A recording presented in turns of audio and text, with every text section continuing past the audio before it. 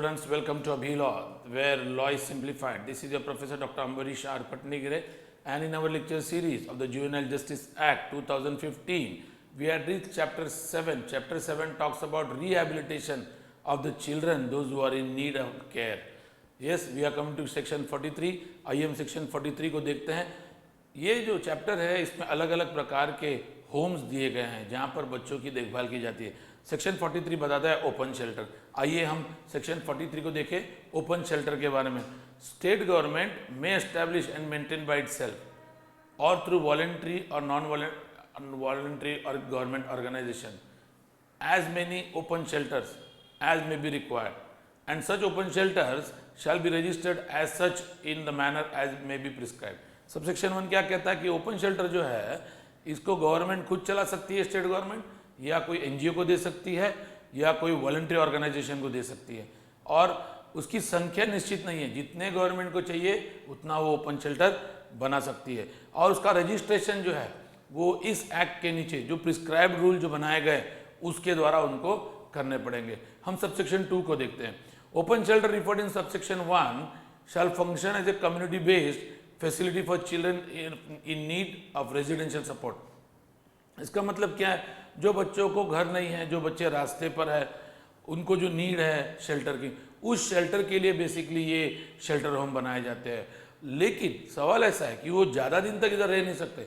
इस यहाँ पर रहना शॉर्ट टर्म बेसिस के लिए, ताकि जब तक उसका प्रोटेक्शन न हो अब्यूज से, तब तक उनको यहाँ पर रखा जा सकता है. हम सबसेक्शन 3 को देखते हैं.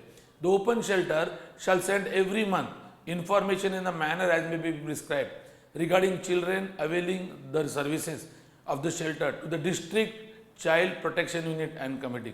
मतलब district child protection unit and committee को कितने बच्चे आए, कितने बच्चे गए, कितने बच्चे रह रहे हैं, उसका पूरा डिटेल इन्फॉर्मेशन ओपन शेल्टर को देना है. ओपन शेल्टर का के लिए है, याद रखना, ओपन शेल्टर उनके लिए है जिन बच्चों को रहने के लिए जगह नहीं है और वो शॉर्ट टर्म इस ओपन शेल्टर में रह सकते हैं. आइए हम सेक्शन 44 को देखते हैं. Foster care.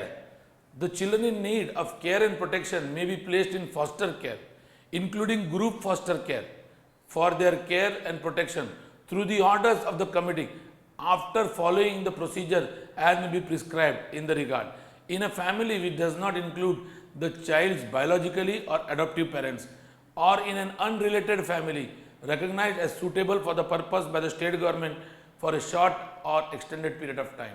ये फॉस्टर केयर क्या होता है? ये फॉस्टर केयर मतलब ओपन शेल्टर जैसा नहीं है. ये यहाँ पर एक फैमिली होती है जो इन बच्चों का, जो child in need and protection है, केयर, उनका देखभाल करती है. जब गवर्नमेंट ऐसे फैमिली को चुनती है जहाँ पर जो ऐसे बच्चों को देखभाल करना पसंद करेंगे, लेकिन ये जो फैमिली है ये इस बच्चे से डायरेक्ट रिलेटेड नहीं है, ये इनका और बच्चे का कोई रिलेशन नहीं है, बायोलॉजिकल पेरेंट्स भी नहीं है, ना ये एडॉप्टिव पेरेंट्स है, लेकिन ये बच्चों का देखभाल कर सकते हैं. इनका भी देखभाल करने का जो समय है एक एक्सटेंडेड पीरियड ऑफ टाइम है, उतने टाइम तक ही वो कर सकते हैं. सबसेक्शन 2 को देखते हैं. The selection of foster family shall be based on the families ability, intent, capacity, prior experience of taking care of children. मतलब क्या कि भाई उन्होंने इसके पहले कोई बच्चे संभाले हैं क्या और कैसे संभाले, उनके पास कैपेसिटी है क्या और उनकी एबिलिटी है क्या उसकी देखभाल करने की. ये सारी चीज़ों को देखकर फॉस्टर केयर फैमिली का डिसीजन गवर्नमेंट लेती है. All efforts shall be made to keep siblings together in foster families unless it is in the best interest not to keep together. मतलब सिंपल है, अगर 2 बच्चे हैं, डायरेक्ट रिलेटिव है, दोनों को साथ में रखना मुनासिब है, इसलिए फॉस्टर केयर में वो लोग रखते हैं. अगर उनको लगता है कि दोनों को साथ में रखकर प्रॉब्लम हो सकता है, तभी वो 2 सिबलिंग को अलग किया जा सकता है. Subsection 4. The state government after taking the account the number of children shall provide monthly funding for such foster care through district child protection unit after following the procedure as may be prescribe for inspection to ensure well being of children.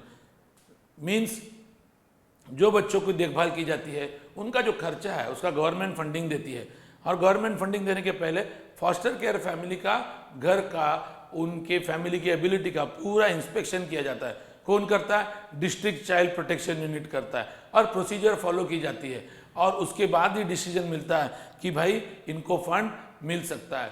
अब हम subsection 5 को देखते हैं। In cases where children have been placed in foster care for the reason that their parents have been found to be unfit और incapacitated by the committee, the child's parent may visit the child in the foster family at regular intervals unless the committee feels that such visits are not in the best interest of the child for the reason to be recorded thereof, and eventually the child may return to the parents' home once the parents are determined by the committee to fit to take care of the child. देखिए subsection 5 क्या कहता है, जिस family ने अपनी incapability दिखाई बच्चों को संभालने की, उस बच्चों को फॉस्टर केयर में भेजा जा सकता है और वो जो फैमिली उस बच्चे के जो पेरेंट्स हैं उनको उस फॉस्टर केयर में विजिट करना अलाउ किया जाता है। कब अलाउ करेंगे? जब वो चाइल्ड के बेस्ट इंटरेस्ट में हो। अगर उनको लगता है कि पेरेंट्स का विजिट करना मुनासिब नहीं है तो वो उसको नहीं अलाउ करेंगे। हो सकता है कि पेरेंट्स कभी कभी अपने बच्चों को घर में भी लेके जा सकते हैं और इसका जो डिटर्मिनेशन है कि ये कब अपने बच्चों को घर ले जाए ये कमिटी के ऊपर डिपेंड होता है। आइए हम सबसेक्शन 6 को देखते हैं। The foster family shall be responsible for providing education, health and nutrition to the child. ये जो 3 चीजें हैं, हेल्थ, एजुकेशन और न्यूट्रिशन, ये तीनों चीज फॉस्टर फैमिली ने प्रोवाइड करना है वो बच्चों के लिए जो बच्चा child in need of care and protection है। Subsection 7, the state government may make rules for the purpose of defining the procedure and criteria and the manner in which foster care services shall be provided for the children. मतलब किस प्रकार से उसकी देखभाल हो, कौन foster care का family, कौन सी फॉस्टर केयर फैमिली बन सकती है, ये सारे चीज़ों के लिए स्टेट गवर्नमेंट क्या कर सकती है, रूल बना सकती है। हम सबसेक्शन 8 को देखते हैं। The inspection of foster family shall be conducted every month by the committee. मतलब हर महीने में कमिटी ने जाकर विजिट देना है और फॉस्टर केयर फैमिली का इंस्पेक्शन करना है। इंस्पेक्शन क्या करना है कि जो बच्चे वहाँ पर रखे गए हैं उनकी देखभाल बराबर होती है या नहीं, या उनको फॉस्टर फैमिली से ये शिफ्ट करने की ज़रूरत है क्या, ये सारे बातें कमिटी इंस्पेक्ट करेगी। और लास्ट सबसेक्शन देखते हैं, section 9। Subsection 9, no child regarded as adoptable by the committee shall be given for long term for foster care. अगर उनको लगता है कि ये बच्चों को अडॉप्ट किया जा सकता है तो ज़्यादा दिन तक फॉस्टर केयर फैमिली में रखा नहीं जाएगा। हम देखते हैं अभी सेक्शन 45। सेक्शन 45 कहता है sponsorship. The state government shall make rules for the purpose of undertaking various program of sponsorship of children. मतलब क्या है कि जो बच्चे हैं जो child in need of care and protection है उनके लिए स्पॉन्सरशिप ढूंढना, कम्युनिटी स्पॉन्सरशिप ढूंढना। कि हो सकता है कि स्पॉन्सरशिप उनको मिले। कोई फैमिली होती है जो स्पॉन्सर करना चाहती है, एजुकेशन स्पॉन्सर करना चाहती है, हेल्थ स्पॉन्सर करना चाहती है, ऐसे बहुत सारे ऑर्गेनाइजेशन हैं, तो ये स्पॉन्सरशिप भी इस एक्ट के द्वारा अलाउड है। Subsection 2, the criteria for sponsorship shall include where a mother is a widow और डिवोर्स्ड और अबैंडन्ड बाय फैमिली, तब स्पॉन्सरशिप दी जा सकती है उस बच्चों को। Where children are orphan and are living with the extended family, तब स्पॉन्सरशिप दी जा सकती है कि वो ऑर्फन है और कोई रिश्तेदार के घर में रहता है। Where parents are victim of life threatening diseases, जिनके माँ बाप बीमार है और देखभाल नहीं कर सकते अपने बच्चे का, उनको स्पॉन्सरशिप दी जा सकती है उन बच्चों को। Where parents are incapacitated due to accident, अगर कोई माता पिता का एक्सीडेंट हो गया है और फाइनेंशियली अनसाउंड हो गए, बच्चों को देखभाल नहीं कर सकते, तो भी स्पॉन्सरशिप उस बच्चों को दी जा सकती है। The duration of sponsorship shall be such as may be prescribe. यहाँ पर भी रूल्स बनाया जाता है कि स्पॉन्सरशिप किस रीति, जहाँ पर भी प्रिस्क्राइब्ड वर्ड आता है इसका मतलब गवर्नमेंट रूल प्रिस्क्राइब करेगी। The sponsorship program may provide supplementary support to the families, to the children homes, special homes, to meet medical, nutritional, educational and other needs of the children with view of improving their quality life।